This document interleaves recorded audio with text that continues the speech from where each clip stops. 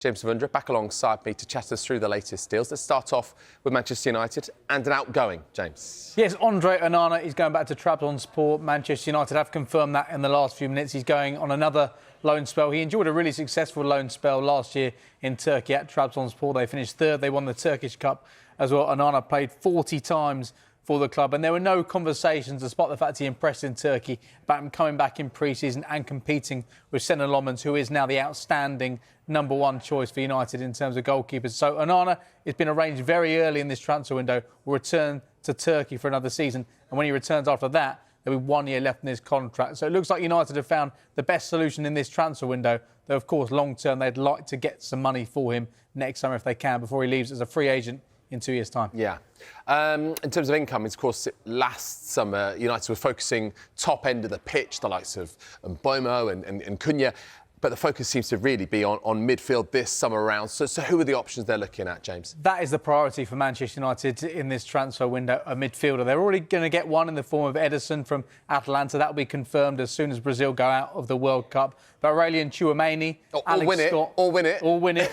They could play England next Saturday evening at 10 o'clock, so let's wait and see. We may get a good glimpse of him there. Yeah. But in terms of those midfield options, Alex Scott, one of the ones top of the list. Aurelian Tchouameni as well at Real Madrid. Those are two of the top targets when it comes to midfield. In terms of other options, Felix Metscher, Ayoud Bouhaddi, Sander Berge and Eduardo Camavinga, who's a teammate of Tchouameni at Real Madrid. Two of the options they're looking at there. I guess the issue around the Real Madrid midfielders is the fact that Real Madrid are looking to revamp their midfield in this transfer window. They're looking to sign one more midfielder. There's a feeling if they do bring one in, then maybe one midfielder will be allowed to leave. You'd think that may be Camavinga. So I think Tchouameni will be a very difficult player to get out of Real Madrid. Same being said about Alex Scott as well. Bournemouth don't want to sell him in this transfer window. If there was to be a race to sign him, you'd think Manchester United and Arsenal would be the front runners. Bournemouth want him to sign a new contract. We know how impressed Thomas Tuchel's been with him. He played for England during those warm-up matches earlier on before the World Cup, and they've got European football to look forward to this season as well. They want to keep him. Those two deals look very difficult for Manchester United to do. We know they definitely want to sign another midfielder alongside Ederson. I guess the old cliche at this time of year, especially around relegated clubs, they're willing to do business on the cheap for their best players.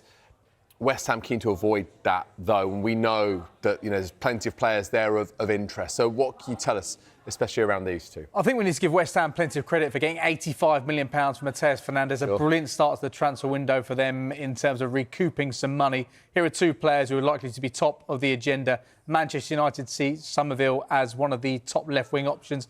Crescencio Somerville did so well for West Ham last season, didn't quite do enough to keep them up. Did well at the World Cup with the Netherlands, and United have held exploratory initial talks with West Ham around trying to sign him in this transfer window. His future is expected to be clarified over the course of the next few weeks after the Netherlands went out of the World Cup against Morocco earlier on this week. When it comes to Jarrod Bowen, the club captain, a slightly different stance from West Ham. They do not want to sell him in this transfer window, despite plenty of interest from Premier League clubs in this transfer window. No price tag has been given or quoted to clubs. He's got a contract up until 2030, which puts West Ham in a really, really strong position. And also he was featured on the launch of their new home kit ahead of the season they're going to have in the Championship this season. He'll be back for pre-season next week. West Ham don't want to let him go. So it seems like Bowen is not for sale.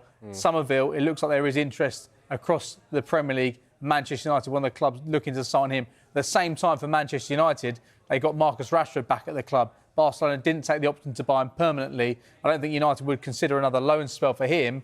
So if Rashford's reintegrated and plays a part this season, then will they sign a left winger? It feels like when it comes to United bringing in someone on the left-hand side, Rashford's future is absolutely key here. Yeah, of course. And, obviously we've had the significant change in terms of Michael Carrick now being permanent head coach. I wonder if that might potentially change his fortunes. You mentioned Camavinga, Tchouameni. Well, as far as Real Madrid is concerned, Florentino Perez and Jose Mourinho already done a lot of business at Real Madrid, but one player who will not be joining the revolution at the Estadio Bernabeu is this guy here, Enzo Fernandez. And it was felt that he was going to be one of their top targets in this transfer window, and he made some comments to Argentinian media in March when he spoke about Madrid being a great city and suggested he'd want to perhaps play for Real Madrid, and all the talk behind the scenes had suggested that Enzo and his representatives were perhaps pushing for a move to Real Madrid. But Real Madrid have done something which is almost unprecedented. They did it earlier on this season when they ruled themselves out from signing Michael Olise. They've done the same today, saying they've got no intention of buying Enzo Fernandez in this transfer window, which is really interesting from Real Madrid, which means Enzo's in a situation whereby it seems likely you'd have to say he stays at Chelsea in this transfer window, because Chelsea want around £100 million. Probably more when you look at the amount of money that the likes of Tonali and Elliot Anderson are going for in this transfer window. They bought him for £107 million. So if they're not going to get anywhere near that, it's unlikely they sell him. And they're in a very strong position as well. He's got a contract up until 2032. As far as they're concerned, they want him being part of that first team plan under Xabi Alonso this season, which could be a really, really exciting era for Chelsea Football Club. Yeah, and especially given, Xabi himself knows about what it's like being a big-name midfielder. And a World Cup winner as well. World Cup winner as well. I mean, they're coming out of our ears right now. Christian Camber on the show earlier.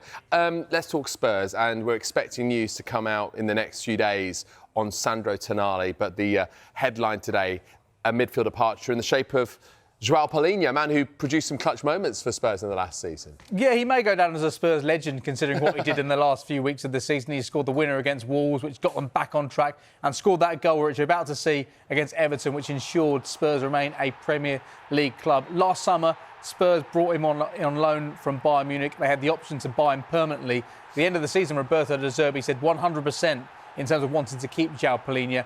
But since that's happened, we've seen what Spurs have done in this transfer window. Bring in Sandro Tonali, that will be confirmed very soon. Bring in Matheus Fernandez, that was confirmed yesterday. So it felt like they didn't really necessarily need Joao Palhinha, despite the fact they really respect what he did last season. They've got so many midfielders now, Spurs. Bergvall, Archie Gray, as well. Maddison will return to the fold as well this season. So there wasn't the need for Palhinha, perhaps. And he's released a statement on Instagram today saying, representing Tottenham has had a profound impact on my life, not only professionally, but personally. And it is something I'll carry with me forever. Spurs fans will forever be grateful for what Joao Palhinha did.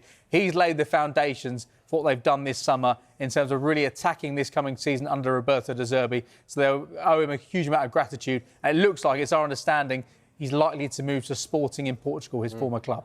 All right. OK, we'll leave it there. Thank you very much.